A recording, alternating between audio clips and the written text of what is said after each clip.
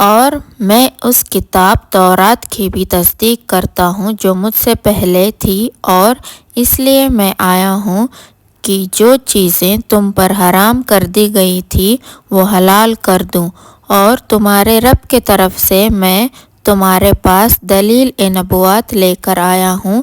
تم لوگ اللہ سے ڈرو اور میرا کہا مانو۔ بے شک اللہ میرا رب ہے اور تم سب کا بھی رب ہے، سو تم سب اس کی عبادت کرو، بس یہی سیدھا راستہ ہے۔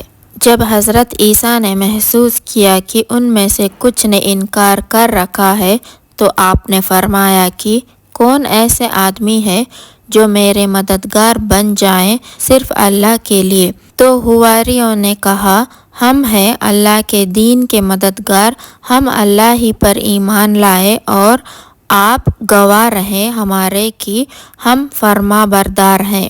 اے ہمارے رب، ہم ایمان لائے ان احکامات پر جو آپ نے نازل فرمائے اور پیروی کی رسول کی، سو ہمیں ان کے ساتھ لکھ دیجئے جو تصدیق کرتے ہیں۔ اور ان لوگوں نے خفیہ تدبیریں کی اور اللہ نے بھی خفیہ تدبیر کی، اور اللہ سب سے اچھا تدبیر کرنے والا ہے۔ جب اللہ نے کہا، اے عیسیٰ تم کچھ غم نہ کرو، بے شک میں تم کو اپنے وقت پر وفات دوں گا، اس وقت میں تم کو اپنے طرف اٹھا لیتا ہوں اور تم کو لوگوں سے پاک کرنے والا ہوں جو منکر ہیں اور جو تمہارا کہنا ماننے والے ہیں، میں قیامت تک ان کو غالب رکھنے والا ہوں ان لوگوں پر جو تمہارے منکر ہیں۔ پھر تم سب کی واپسی میرے طرف ہوگی، سو میں تمہارے درمیان فیصلہ کر دوں گا ان امور میں جن میں تم باہم اختلاف کرتے تھے۔ پس جو اختلاف کرنے والوں میں کافر تھے سو ان کو سخت سزا دوں گا، دنیا میں بھی اور آخرت میں بھی، اور ان کا کوئی مددگار نہ ہوگا۔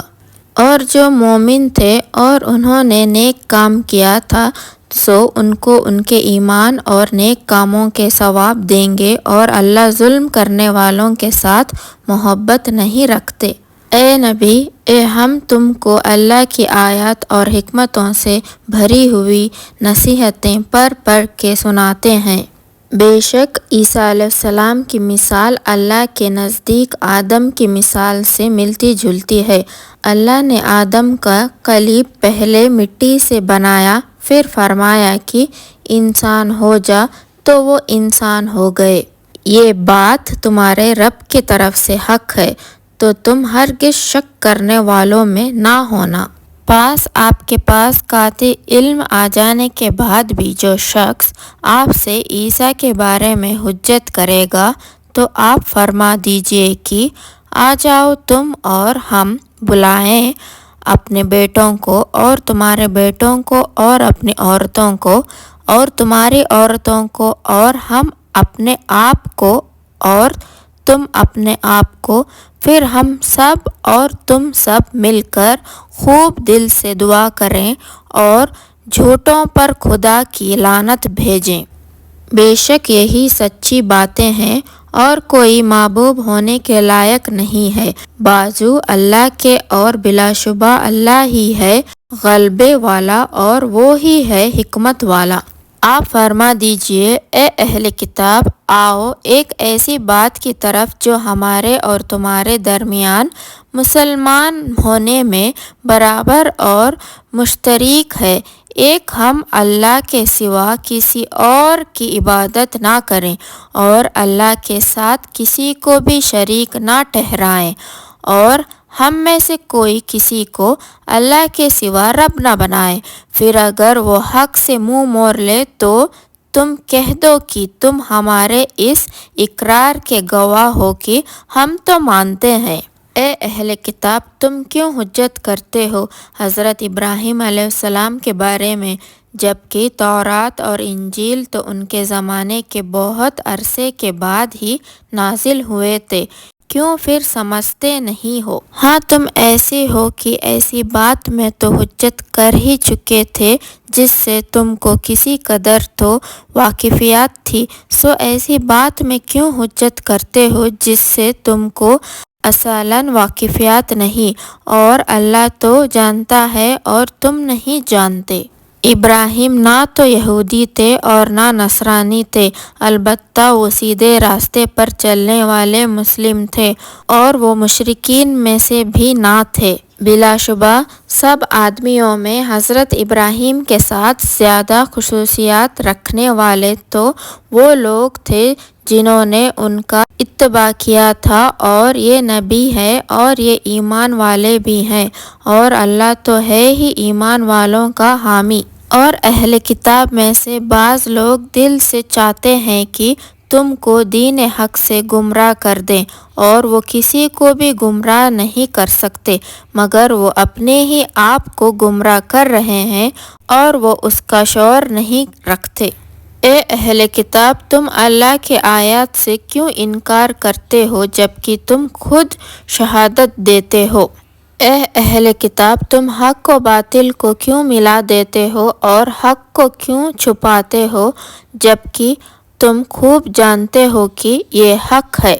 اے اہل کتاب میں سے بعض نے کہا کہ تم اس پر جو مسلمانوں پر اتارا یعنی قرآن، شروع دن میں تو ایمان لاؤ اور آخر دن میں انکار کر دو۔ عجب کیا وہ اہل ایمان اس ترکیب سے ایمان سے پھر جائیں۔